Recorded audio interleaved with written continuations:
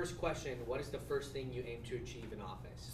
The first thing I aim to achieve in office is take a look at the finances. That's my forte. I'm an accounting major and I have an MBA, so I'm really concerned about the fact that we're looking at an alternative sales tax, so I want to look at the finances and see what's going on. Second question here. Sedgwick County's faced staffing shortages. I'm sure you're aware of that, obviously. We've seen the county add close to $64 million in staff compensation in the last 4 budgets. Is staffing in departments like public safety where you like to see things now, or is there still changes you would like to make in that category?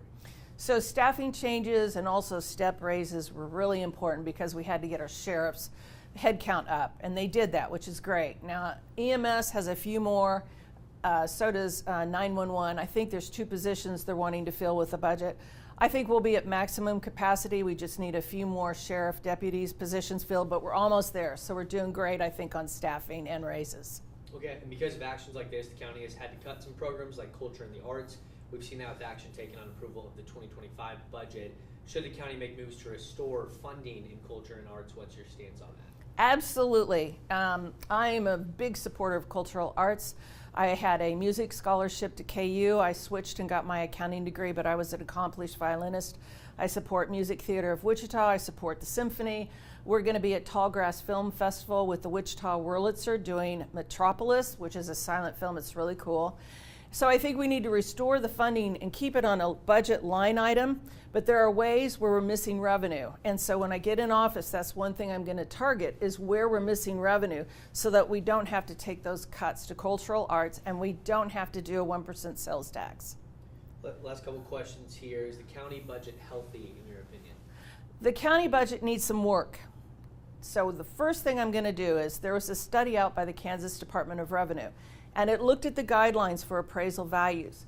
Residential appraised values are right where they should be, okay? But commercial appraised values are low, which means they're not being fully appraised. If we brought those commercial properties up to the range that's acceptable, then we would have revenue that we haven't tapped that would fund our budget. So the first thing I want to do when I get in office is find out why are we missing those targets, and let's even it out. Let's take the property tax burden off of residential homeowners and put it on the commercial properties that should be paying their fair share.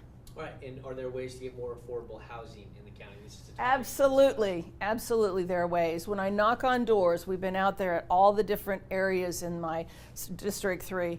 We have found that there's public housing that's been boarded up for 6 years. And what do I mean by public housing? The city of Wichita, which is the largest city in Sedgwick County, has public housing that are nice little duplexes, or some of them are even single family homes. They're made of brick. They have fenced backyards. They have detached garages with driveways.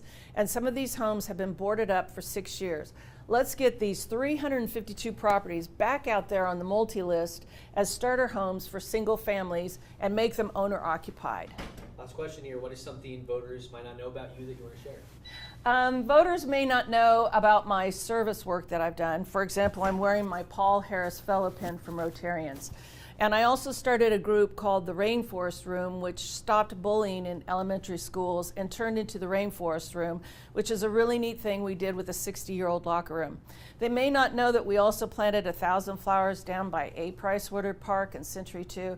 We've done a lot of amazing things in the nonprofit area and just the volunteer area, and people may not know that side of me. They may know the number side, but they may not know that I'm an accomplished violinist who's done a lot of nonprofit work in church, community, and even in Wichita. All right, Celeste, thank you so much. Appreciate it. Thank you.